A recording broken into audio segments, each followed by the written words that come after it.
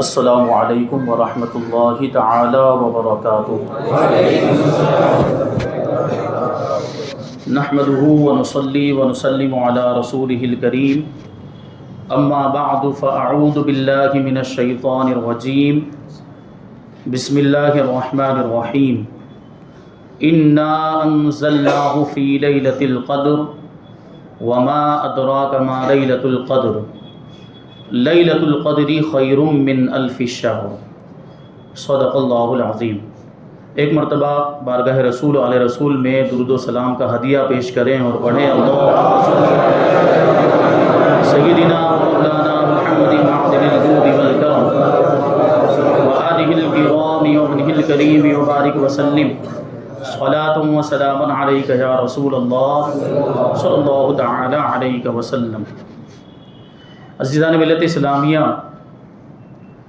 آج کی جو رات ہے بڑی مبارک برکتوں والی رات ہے، جسے ہم شب قدر کے نام سے جانتے اور پہچانتے ہیں، اور یہ اس امت کے لیے اللہ تبارک و تعالیٰ کا تحفہ ہے۔ اور شب قدر یہ اس امت کی خصوصیات میں سے ہے، امت محمدیہ کی خصوصیات میں، کیونکہ اگلی جتنی بھی امتیں گزری ہیں کسی بھی امت کو ایسی رات نہیں عطا کی گئی، کیونکہ شب قدر کے بارے میں اللہ تبارک و تعالیٰ نے کیا ارشاد فرمایا؟ لیلۃ القدر خیر من الف شہر، شب قدر یہ وہ رات ہے جو 1000 مہینوں سے بہتر ہے۔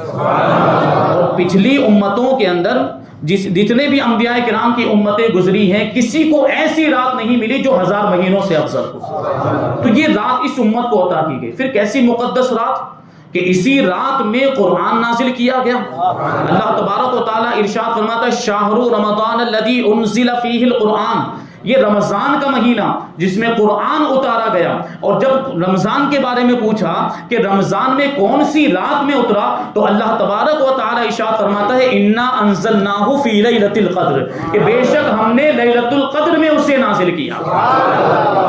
اب سوال ہمارے ذہن میں آتا ہوگا کہ ہم تو سنتے رہتے ہیں، تفسیر میں بھی سنا، سیرت میں بھی سنا کہ قرآن کا جو معاملہ یہ ہے نازل ہونے کا، یہ قرآن 23 سال کے عرصے میں تھوڑا تھوڑا کر کے نازل ہوا ہے۔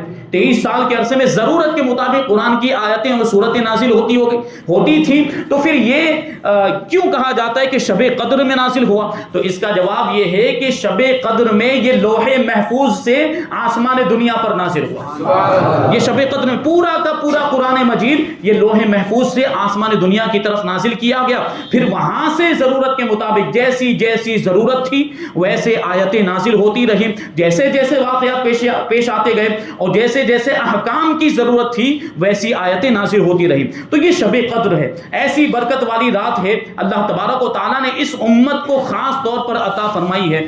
اب اس کے تعلق سے یہ پوری سورت ہے، آپ پڑھتے رہتے ہیں، اس کا ترجمہ بھی سماعت کریں تو آپ کو سمجھ میں آئے گا کہ کیسی یہ برکت والی رات، کہ انا انزلناہ فی لیلۃ القدر، کہ بے شک ہم نے اسے یعنی قرآن مجید کو لیلۃ القدر میں نازل کیا۔ وما ادراک ما لیلۃ القدر، اور تم نے کیا جانا یہ لیلۃ القدر کیا ہے؟ لیلۃ القدر خیر من الف شہر، یہ لیلۃ القدر جو ہے یعنی شب قدر جو ہے یہ 1000 مہینوں سے افضل ہے۔ تنزل الملائکۃ والروح فیہا باذن ربہم من کل امر سلام، یہ رات ایسی ہے کہ اس رات میں فرشتے اور خاص طور پر حضرت جبرائیل آسمان سے نازل ہوتے ہیں، اللہ کا حکم لے کر نازل ہوتے ہیں تمام معاملات کے لیے، اور یہاں سلامتی ہے، یعنی فرشتے آنے کے بعد جو بندے عبادت میں مشغول ہوتے ہیں ان کو سلام پیش کیا کرتے ہیں، اور یہ جو سلسلہ ہے یہ صبح صادق تک جاری ہی رہتا ہے۔ یہ ایسی رات، اب اس کو ہم لیلۃ القدر کہتے ہیں، ہم شب قدر کہتے ہیں، یعنی قدر والی رات۔ یہ قدر تو ہم جانتے ہیں نا، اس کا مطلب قدر، اہمیت، ویلیو، اس کا مطلب تو ہم جانتے ہیں۔ تو سوال یہ پیدا ہوتا ہے کہ اس رات کو شب قدر کیوں کہا جاتا ہے، قدر والی رات کیوں کہا جاتا ہے؟ تو سیدھا جواب ہے کیونکہ اس رات میں نیکیوں کی قدر بڑھ جاتی ہے، اعمال کی اہمیت بڑھ جاتی ہے، اس لیے اس رات کو شب قدر کہا جاتا ہے، اس رات کو لیلۃ القدر کہا جاتا ہے۔ بعض علماء نے فرمایا کہ اس رات کو لیلۃ القدر اس لیے کہا جاتا ہے کیونکہ اسی رات میں قدر والی کتاب قدر والے رسول پر اور قدر والی امت کے لیے نازل کی گئی، کیونکہ وہ رسول بھی تو پھر کیسے ہیں؟ کہ ان سے اعلیٰ تو پھر کوئی نہیں. سب سے اعلیٰ وہ اولا ہمارا نبی, سب سے بالا وہ والا ہمارا نبی. سارے اچھوں میں اچھا سمجھیے جسے ہے, اس اچھے سے اچھا ہمارا نبی. تو ایسے نبی پر نازل ہوئی کتاب, اور کون سی کتاب؟ جو سب سے افضل کتاب ہے, سب سے زیادہ فضیلت والی کتاب. اور کس امت کے لیے نازل کی گئی؟ امت محمدیہ کے لیے نازل کی گئی, جو ساری امتوں میں سب سے بہترین امت ہے. یہ فضیلت ہے اس رات کی. اب جب یہ سورت نازل ہوئی, اس پر غور کرنے کی ضرورت ہے. اللہ کے رسول صلی اللہ علیہ وسلم نے یہ اس کا بیک گراؤنڈ بتایا کہ یہ سورت کیسے نازل ہوئی. حضور پاک صلی اللہ علیہ وسلم نے شمعون نامی ایک عابد کا ذکر کیا, واقعہ مشہور ہے, جو بنی اسرائیل سے تعلق رکھتا تھا. اب اس نے کیا کیا تھا؟ شمعون نام کے عابد نے 1000 مہینوں تک اللہ کی راہ میں جہاد کیا, اللہ کی راہ میں جہاد کیا 1000 مہینوں تک, اور کفار سے جنگ کی. اللہ تعالیٰ نے اس کو فتح بھی عطا فرمائی. تو اب حضور پاک صلی اللہ علیہ وسلم کے سامنے جب حضرت جبریل نے یہ واقعہ بیان کیا تو حضور پاک صلی اللہ علیہ وسلم کو تعجب ہوا. حضور پاک صلی اللہ علیہ وسلم نے کہا پروردگار عالم کی بارگاہ میں کہ میری امت کی تو عمریں ویسے ہی تو نے کم رکھی ہے, اور 1000 مہینوں کی عبادت میری امت نہیں کر سکی, تو میری امت یہ ثواب سے محروم ہو جائے گی, خیر کثیر سے محروم ہو جائے گی. حضور پاک صلی اللہ علیہ وسلم نے دل ہی دل میں تمنا اور آرزو کی کہ کاش کہ اس عابد کے برابر ثواب میری امت کو بھی مل جائے, یہ خیر کثیر جو ہے یہ میری امت کو بھی مل جائے. حضور پاک صلی اللہ علیہ وسلم نے دعا کی. اب یہ دعا کس کی زبان سے نکلی؟ یہ دعا اس کی زبان سے نکلی تھی کہ جو دل میں اگر خواہش کرے تو قبلہ تبدیل ہو جایا کرتا. ان کی دعا کبھی رد نہیں کی جاتی. یہ تو نبیوں کے سردار ہیں, یہ تو رسولوں کے سردار ہیں, ان کے زبان سے ادھر دعا نکلتی, بلکہ دل میں خواہش کرتے ہیں, دل میں تمنا کرتے ہیں, پروردگار اسے پورا کر دیا کرتا ہے. ہمارے امام کہتے ہیں خدا کی رضا چاہتے ہیں دو عالم, خدا چاہتا ہے رضائے محمد.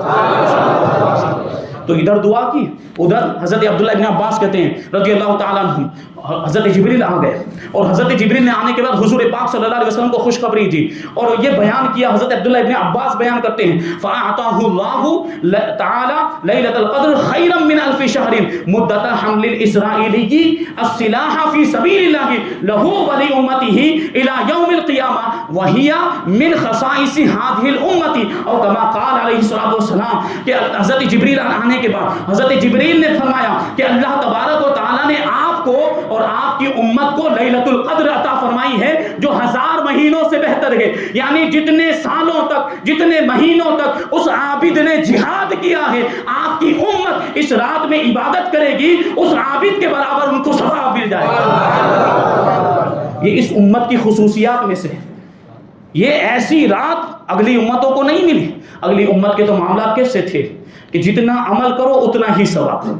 اگر 1 رکعت نماز پڑھی تو 1 رکعت کا ہی ثواب ملے گا, 2 رکعت پڑھی تو 2 رکعت کا ہی ثواب ملے گا, 1 دن روزہ رکھا تو 1 دن روزہ رکھنے کا ہی ثواب ملے گا. لیکن یہ امت کیسی امت ہے؟ رسول پاک صلی اللہ علیہ وسلم کے صدقے میں اس امت پر اللہ کا کیسا کرم ہے کہ 1 رات عبادت کرو تو 80 سال کے برابر ثواب مل جائے گا. لیکن ہم قدر تو کریں اس رات کی. یہ ایسی رات ہمیں عطا ہوئی ہے, لیکن ہم ادھر ادھر بھٹکتے پھرتے ہیں, گھومتے پھرتے گاڑیاں لے کر بائکیں اسٹنٹ کرتے ہوئے نظر آتے ہیں, اور ادھر ادھر گپے لڑا رہے ہیں جاگنے کی رات. بھائی جاگنے کا یہ مطلب تھوڑی ہوتا ہے کہ ادھر ادھر باتیں کریں, گپے لڑائیں, ادھر ادھر گھومیں, یہاں کھانے گئے وہاں کھانے گئے, یہ کام کیا وہ کیا, لیکن عبادت تو کی ہی نہیں. جبکہ یہ رات کس چیز کے لیے ہے؟ عبادت کے لیے. لیلۃ القدر خیر من الف شہر جو فرمایا گیا کہ یہ شب قدر 1000 مہینوں سے بہتر ہے, اس کا مطلب کیا ہے کہ شب قدر میں اگر 1 رکعت نماز پڑھی جائے گی تو 1000 مہینوں کی نماز کا ثواب ملے گا. اگر شب قدر میں ہم نے کسی غریب کی مدد کر دی تو 1000 مہینے گویا کہ ہم نے صدقہ کیا, اتنا ثواب ہمیں ملے گا. وہ سب تو ہمیں کرنا ہے, لیکن وہی نہیں کرتے. یہ جو شمعون نام کے عابد کا جو واقعہ بیان ہوا نا, یہ بڑا دلچسپ, اس کی تفصیل اگر آپ سنیں تو ان کا معاملہ یہ تھا. ایسے عابد تھے یہ بنی اسرائیل کے اندر کہ انہوں نے 1000 مہینوں تک اللہ کی راہ میں مسلسل جہاد کیا. اور جہاد کرنے کی کیفیت کیا تھی کہ گھوڑے کا جو نمدا ہوتا ہے نا, گھوڑے کا جو نمدا کا مطلب کیا, گھوڑے کی پیٹھ پر جو کپڑا بچھایا جاتا ہے, 1000 مہینوں تک انہوں نے ایسا جہاد کیا کہ وہ نمدا خشک نہیں ہو پایا. کیا مطلب؟ گھوڑے پر جو کپڑا بچھایا جاتا ہے وہ کیوں بچھایا جاتا ہے؟ تاکہ گھوڑے کو پسینہ ہو تو وہ پسینہ سوکھ لے، وہ پسینہ اس کپڑے کے اندر آ جائے تو وہ کپڑا بھیگ جاتا ہے. جب گھوڑے کو زیادہ چلایا جائے، اس کو دوڑایا جائے، تو وہ پسینے کی وجہ سے وہ کپڑا جو گھوڑے کی پیٹھ پر رکھا جاتا ہے وہ بھیگ جایا کرتا ہے. انہوں نے اس طریقے سے جہاد کیا تھا شمعون نامی عابد نے کہ وہ 1000 مہینوں تک جہاد کرتے رہے، لیکن بیچ میں کبھی بھی وہ کپڑا سوکھا ہی نہیں. یعنی مسلسل، سوچیں آپ، ایسی عبادت انہوں نے کی تھی اور ایسا جہاد. اور اللہ تبارک و تعالیٰ نے کفار کے مقابلے میں پھر انہیں فتح بھی عطا فرمائی. اب کفار نا امید ہو گئے کہ بھائی اس سے تو جنگ میں ہم جیت نہیں سکتے، تو بڑا بہادر ہے، یہ تو بڑا دلیر ہے، اس کا مقابلہ ہم جنگ میں نہیں کرتے. وہ تنگ دل ہو گئے. تو انہوں نے کیا کیا؟ سازشیں کرنا شروع کر دیا. یہ کفار کے معاملات ہیں، جتنے بھی غیر ہیں ان کے ایسے ہی معاملات کہ جب میدان میں جیت نہیں پاتے ہیں تو سازشیں کرنا شروع کر دیتے ہیں. آج بھی ایسے ہی معاملات ہیں ہمارے سامنے، ہم دیکھ رہے ہیں. تو یہ سازشیں ہو رہی ہیں مسلمانوں کے خلاف اور اسلام کے خلاف. بہرحال تو ان کے خلاف بھی سازشیں کرنا شروع کر دیا. تو اپنا قاصد بھیجا کافروں نے، کس کے پاس؟ وہ عابد جو تھے شمعون نامی، ان کی بیوی کے پاس، اور اس کو لالچ دی کہ اگر تو نے اپنے شوہر کو گرفتار کروا دیا تو ہم سونے سے بھرا ہوا تشت، سونے کا تشت تجھے ہم تحفے میں دیں گے. اب سوچیں آپ، سونے سے بھرا ہوا اور سونے کا تشت، یہ بھی بات ذہن میں رکھنی ہے. یعنی تشت سمجھ رہے ہیں نا آپ، ایک بڑا تھال، کھنچا جس کو ہم لوگ کہتے ہیں، یہ بڑا تھال، یعنی اس میں سونا بھرا ہوا اور وہ خود بھی سونے کا. یہ ایسی لالچ انہوں نے دی. اب ظاہر سی بات ہو، اتنا زیادہ سونا ملنے والا ہے تو کوئی بھی لالچ میں آ جائے. تو وہ تیار ہو گئی ان کی بیوی. اب اس نے کیا کیا؟ رات کو جب وہ سوئے شمعون نامی عابد، تو اس نے رسی لی، اور یہ جو رسی جو تھی کھجور کی چھال کی بنی ہوئی تھی، اس رسی سے آپ کو باندھ دیا. لیکن حضرت شمعون جب صبح بیدار ہوئے، ایسے بہادر تھے، اتنے طاقتور تھے کہ تھوڑی بدن کو حرکت دی اور رسیاں ٹوٹ گئی. بدن کو حرکت دی، رسیاں ٹوٹ گئی. اب آپ اپنی بیوی سے پوچھنے لگے، کیونکہ پتا چل گیا یہ اس نے کیا، بھائی تو نے ایسا کیوں کیا میرے ساتھ؟ تو وہ کیا جواب دیتی ہے؟ اب وہ اپنے وہاں کہتے ہیں نا ساڑی بنتی ہوئی کہتی جواب کہ میں تو آپ کی طاقت کو آزمانا چاہتی تھی، میں تو آپ کی طاقت کا اندازہ لگانا چاہتی کہ آپ کے اندر کتنی طاقت ہے، اس لیے میں نے رسیوں سے آپ کو باندھ دیا تھا. چلو بات آئی گئی ہو گئی.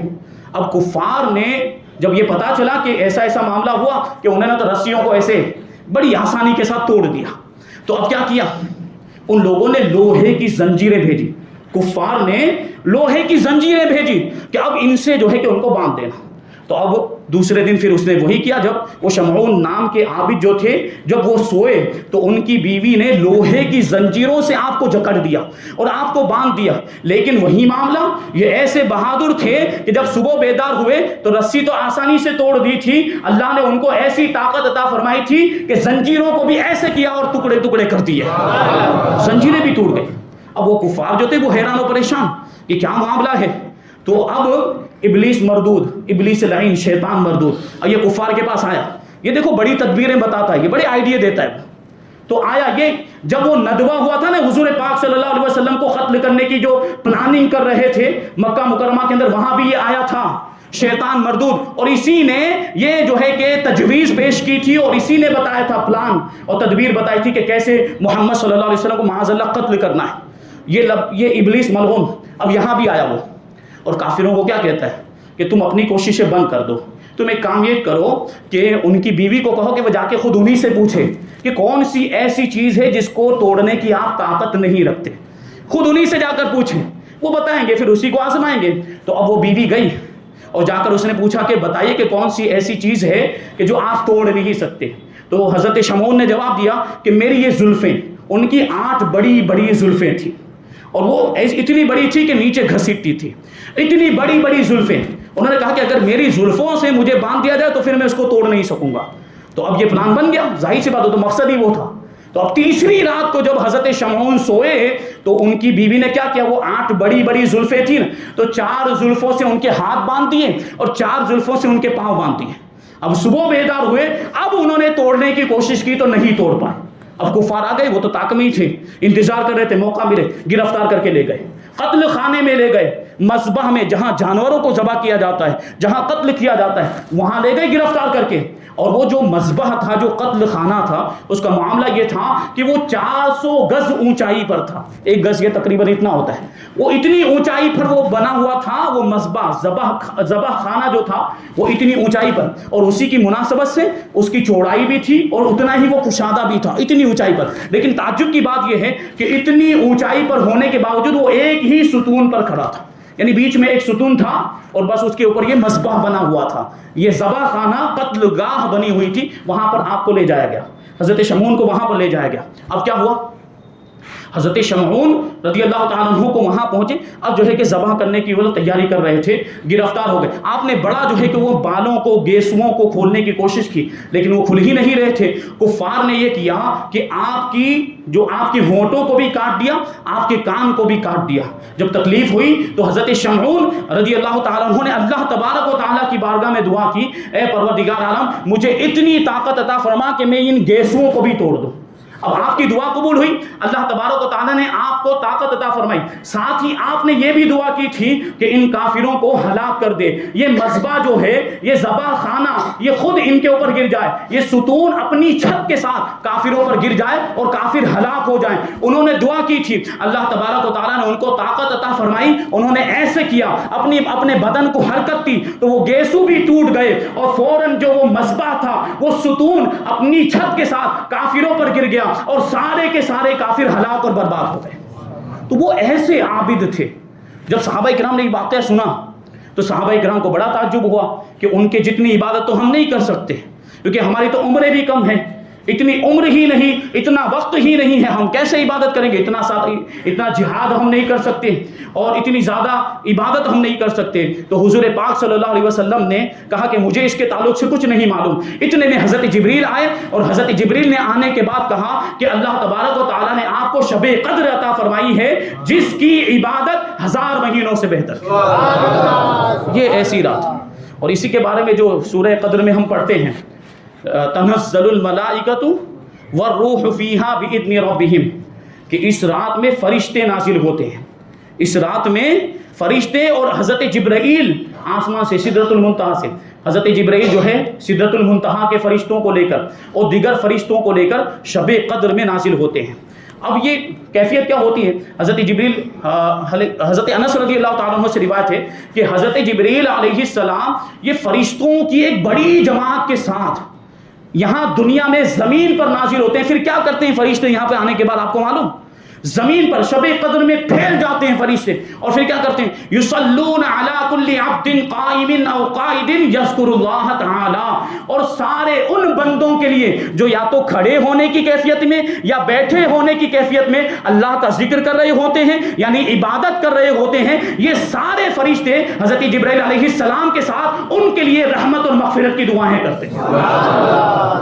تو ہمیں کیا کرنا ہے؟ جب فرشتے آئیں، جب حضرت جبرائیل آئیں تو ہم کون سی کیفیت میں ہونے چاہیے؟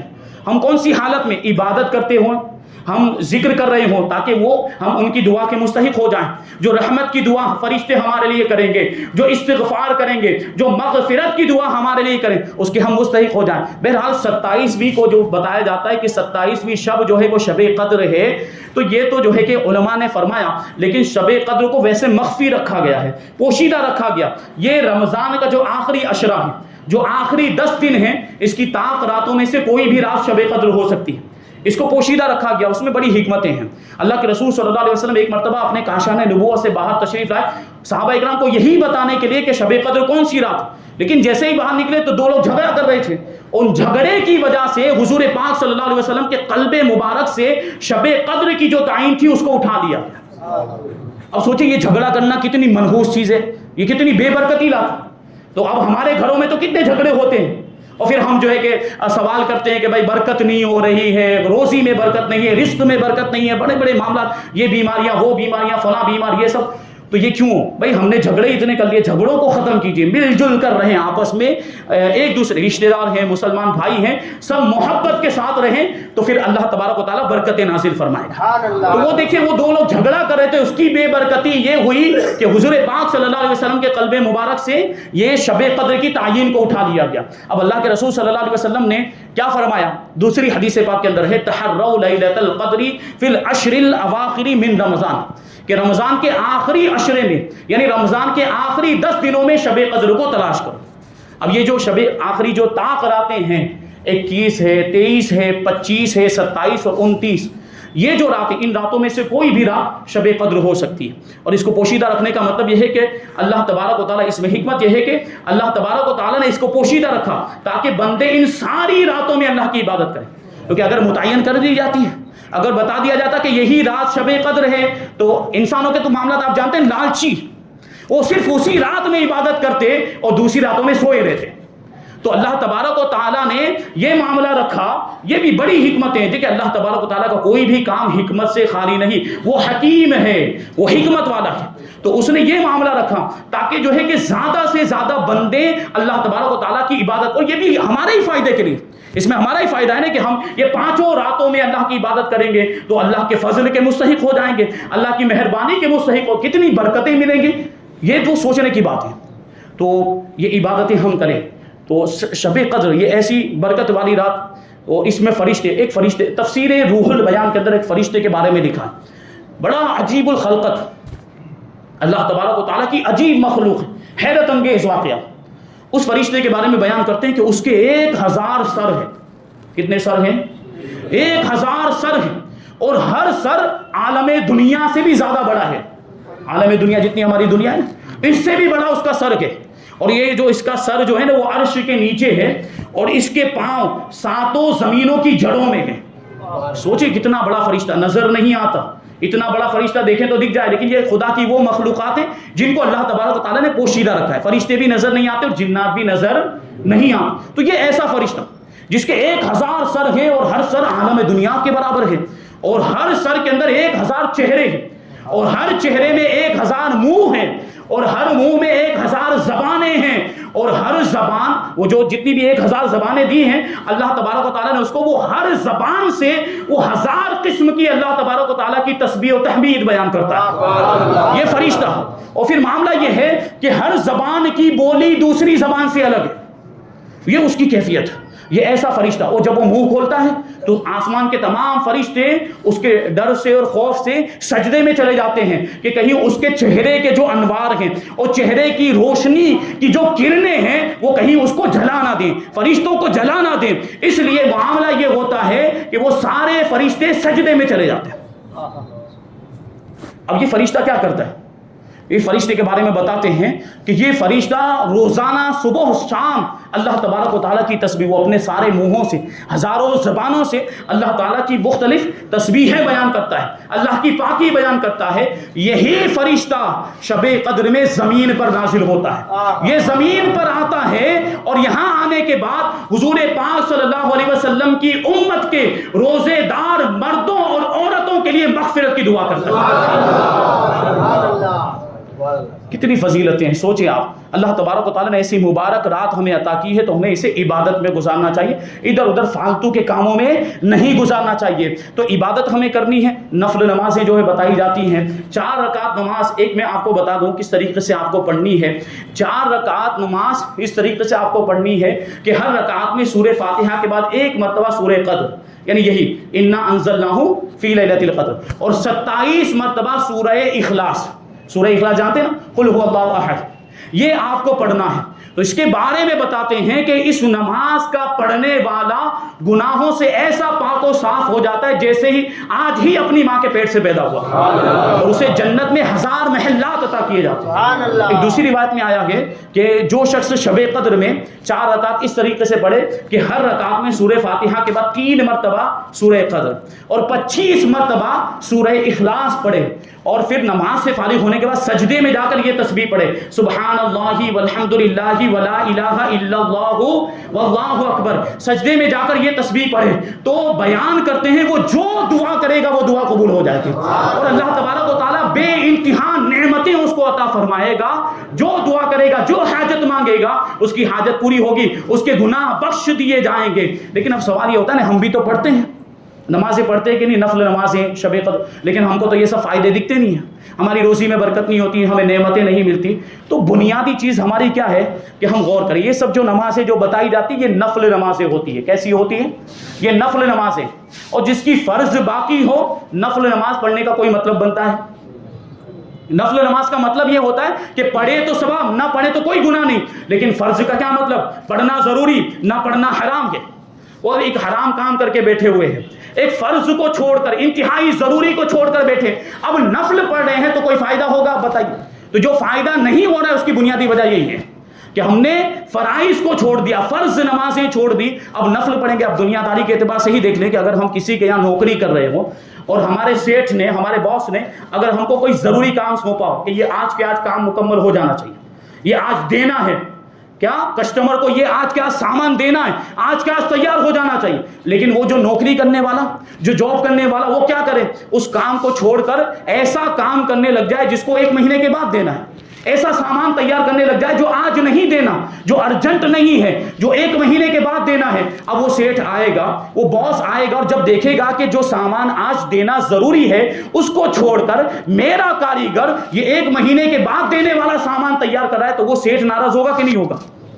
ہوگا، بالکل ہوگا. بھائی ضروری کام چھوڑ کر غیر ضروری کام کر رہے ہو، تم کو جو ضروری کام سونپا گیا وہ کرو نا. تو بلا تشبیہ و تمثیل اللہ تبارک و تعالیٰ نے 5 وقت کی نمازیں ہم پر فرض کی ہیں. ہم یہ فرائض چھوڑ کر، 5 وقت کی نمازیں چھوڑ کر شب قدر میں عبادت کر کے ہم سمجھیں کہ ہمارے گناہوں کی بخشش ہو جائے، ہماری معافی ہو جائے، ہمیں دنیا اور آخرت کی بھلائیاں مل جائے، نہیں ہو سکتا. پہلے ہمیں کیا کرنا ہے؟ فرائض کی پابندی.